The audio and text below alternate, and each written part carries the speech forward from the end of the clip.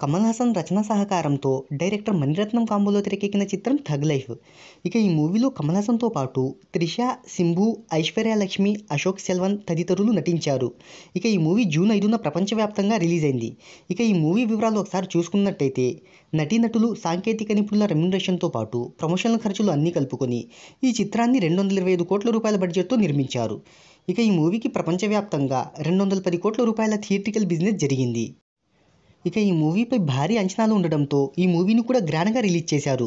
తొలి రోజు తమిళనాడులో 600 స్క్రీన్లు, ఏపీ, తెలంగాణలో 400 స్క్రీన్లు, ఓవర్సీస్లో 4000 స్క్రీన్స్లో రిలీజ్ చేశారు. ఇలా తొలి రోజు ప్రపంచవ్యాప్తంగా ఈ చిత్రాన్ని 6000 స్క్రీన్స్లో రిలీజ్ చేశారు.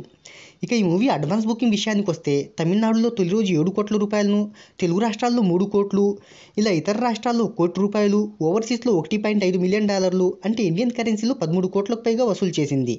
ఇలా ఈ చిత్రం 24 కోట్లను కేవలం అడ్వాన్స్ బుకింగ్ ద్వారానే రాబట్టింది.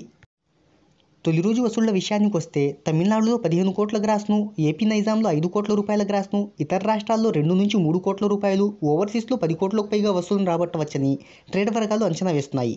దీంతో ఈ చిత్రం తొలి రోజు సుమారుగా 35 నుంచి 40 కోట్ల రూపాయలు రాబట్టవచ్చని ట్రేడ్ వర్గాలు చెప్తున్నాయి. మరి ఈ మూవీ తొలి రోజు ఎలాంటి కలెక్షన్లు రాబడుతుందో చూద్దాం.